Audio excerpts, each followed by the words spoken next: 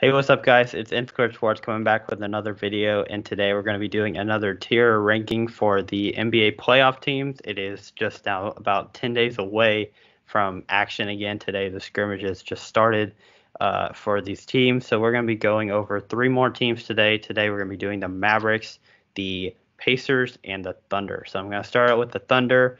Nick, give us your takes on the case for the Mavericks. I'm sorry, I meant to say Mavericks. But go ahead on the Mavericks. Yes, so the Mavericks. This is an interesting team.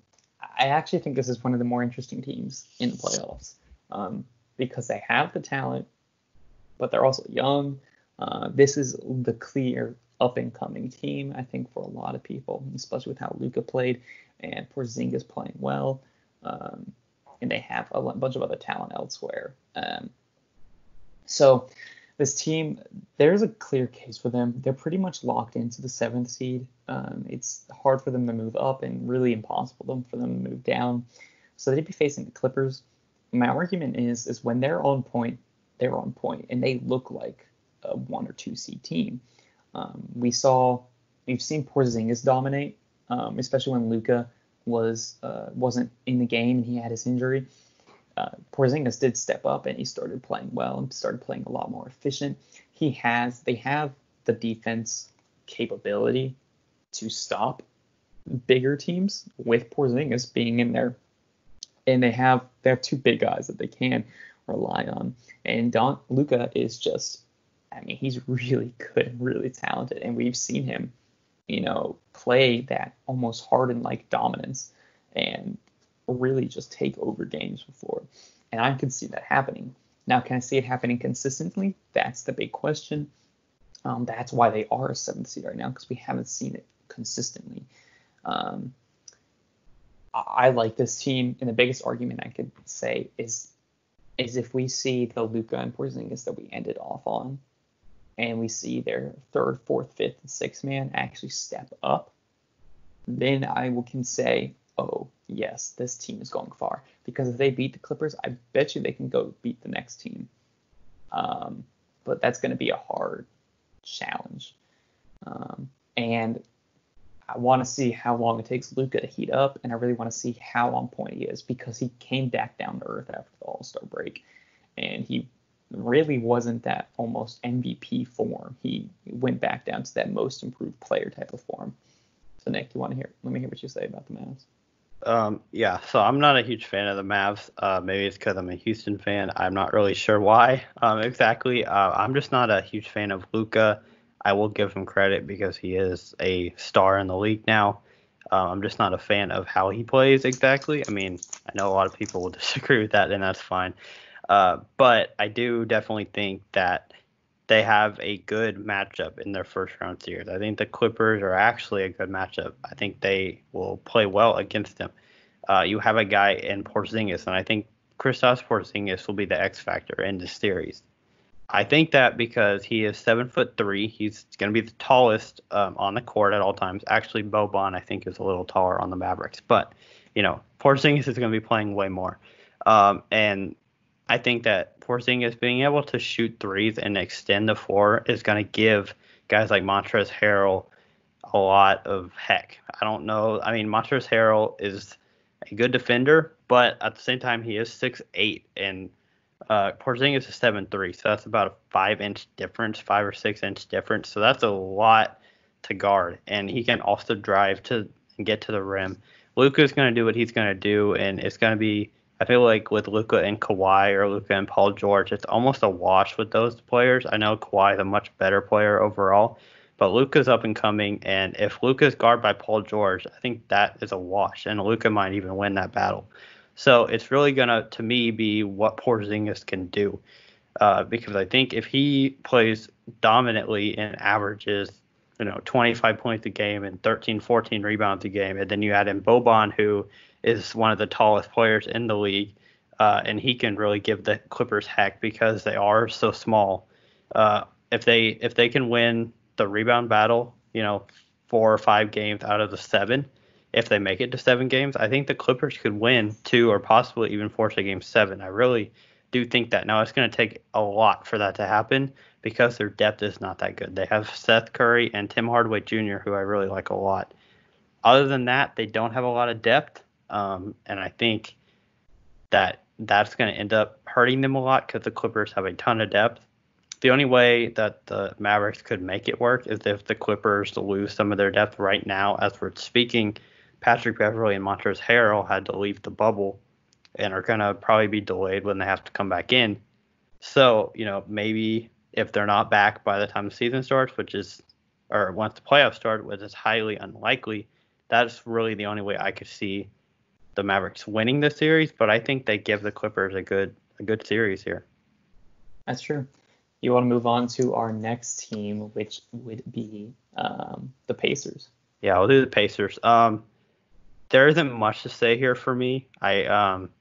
With Victor Oladipo being out, I'm pretty sure he's still out, right? He's out of He's out. the bubble. There's one player who came back in that I couldn't remember who, but I'm pretty sure Victor Oladipo is out of the bubble, which means that the Pacers kind of really hurt. And I know they played well without him this year, but I do feel like Pacers, they're a good team, but they need players in the playoffs. Teams in the playoffs need star power. And without that star power, you're going to be relying on guys like Miles Turner to get it done. And I don't think he's going to be enough for them to advance anywhere. The Indiana Pacers right now are a 5 seed, I believe. So they would be playing a 4 seed. So they would be playing a Miami or maybe Philadelphia. So, it's not an impossible series to win. But I think without Victor Oladipo, it makes their chances go down quite a bit. They still will give whoever they face in the first round a good series, but I don't think they could. I think without Victor Oladipo, it just ruined their chances a lot. My argument for this team is that they've gotten this far practically without Oladipo.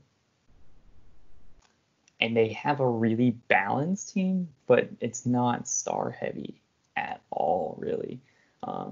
They have, besides, I'm counting out Oladipo when I say the stat, they have 6 guys that average more than 10 points. And they have a guy that averages 9 and a guy that averages 8, and then everyone on their team averages at least 2 points type of thing.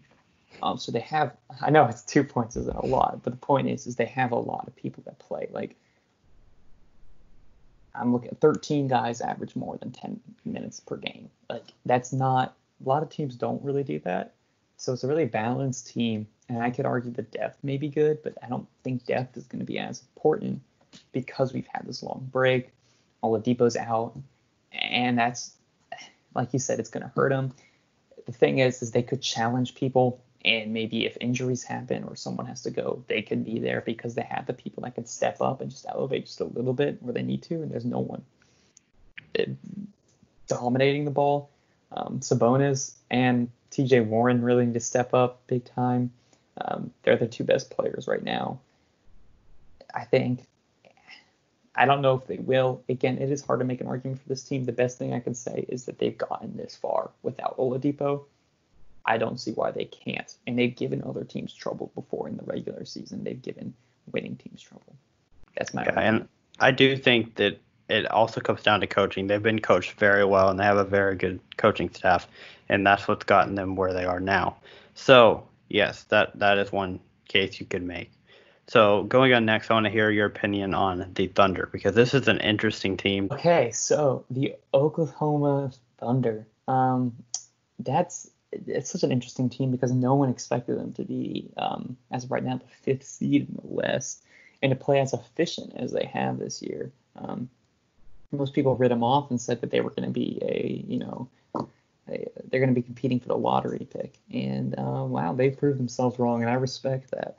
Chris Paul has been in that point guard mode right now.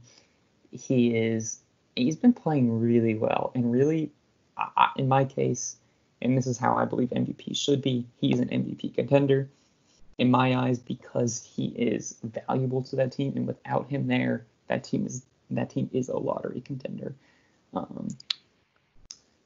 Chris Paul's been playing really well this year, probably one of his better years, I'd argue.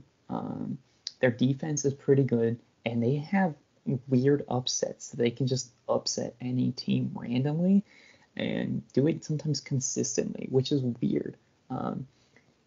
We've seen them give trouble. Steven Adams is still he's a talented center. Honestly, didn't realize he was only 26 still. He's young. He's good. Chris Paul's there. Shai Alexander's been playing. He's been playing really good this year, averaging 19 points per game and playing the most on his team at 35 minutes a game. They have a good depth. I like it. I think that they can beat any team, and they can do it consistently. I don't know about in a series of 7. I think over time they do end up starting getting beat, and once teams start figuring them out, they do get beat. Chris Paul's been playing great. That's the argument I would say, is that they have the talent to beat anyone. And they're going to be the 6th seed. Let's say they stay the 6th seed. If they win a couple of games, they can go to that 5th seed. So they're going to be facing a team like the Jazz or the Nuggets. That's easily, in my opinion, I think they should be favorites to go to that second round. Maybe not against the Nuggets, but against the Jazz, yeah, they should be. If they face the Rockets, that's a series of 7 matchup right there, possibly. They can go far, and they just need an upset really, and they don't have to go against any home court advantage or whatnot. This is a team that can do it, and they have Chris Paul, who's a proven leader, and he is the centerpiece of that team when you get down to the core of it. Yeah, I agree with you on Chris Paul, and I know he is an MVP candidate. Maybe I'm just salty from last year with how the Rockets ended and how he got injured or whatever, but I don't really see him as an MVP candidate. I mean, especially because his team easily could be in the 6th seed right now. I get they're in the 5, but they're tied with the 6th seed. So, and they're only a couple games out of the 3 seed, to be honest, but they had a really good ending stretch. They ended up going 8-2 in their last 10 regular season games, so they had a really good stretch to get there. So beforehand, they were actually a 7 seed. So not too long ago, they just had a really hot stretch to end. But they still are very talented. Chris Paul is playing great. They have Shai Gilgeous-Alexander, who is having a great second season, and they're having Dennis Schroeder, who is the 6th Man of the Year candidate, who I think will probably win that, actually. And he's definitely a great guard from the Hawks that they got. They have Danilo Gallinari, who's a great veteran wing player. They have Steven Adams, who's one of the best centers in the league. So they have really good starters and upfront talent, but their bench is bad. Like, they're really bad on their bench. Like, I get their starting is good, but then you have their best bench players are Andre Roberson, who's a good defender, and then you have Terrence Ferguson, basically, and Diallo, who won the dunk contest. I'm pretty sure he won that this year or last year. I can't remember. But other than that, like, those are not great depth pieces. So I like your starting 5 with Dennis Schroeder on the bench. Other than that, they really don't have a lot of depth. Chris Paul, just like he was last year, he's a hamstring away from this team falling apart. And I think just like with James Harden with the Rockets, which we'll talk about in an upcoming video, Chris Paul, this rest for him is going to really help him. I don't think he will get as injured. And so if he can stay healthy, this team's great. But once he goes down, this team will fall apart because they don't. I like Gilgeous-Alexander, but he can't lead a team. And you're not going to get. You're not yet. And you're not going to get that leadership from a guy like Steven Adams, who's good, but he can't lead a team. So Chris Paul, it's going to ride on him. If he can play well and not get injured and play like he has all season, they have a chance to get to the 2nd and maybe 3rd round even. But without him, they got no shot. Yeah. So yeah, that is it for this really video. I don't have any disagreements really with what you had to say. This team is interesting to watch. I'm really excited to see how far they can go and if Chris Paul can really step over. Because honestly, if he really wants to make that case and wipe that, like, he has no playoff history, this is his time to do it, I'd argue. Let's see it happen, Chris Paul. I do like you as a player. I love you. But let's see it happen. Let's see you prove us wrong. So thank you for watching. Make sure to check out our other videos. Make sure to hit that subscribe button. Follow us on Instagram and Twitter. Bye.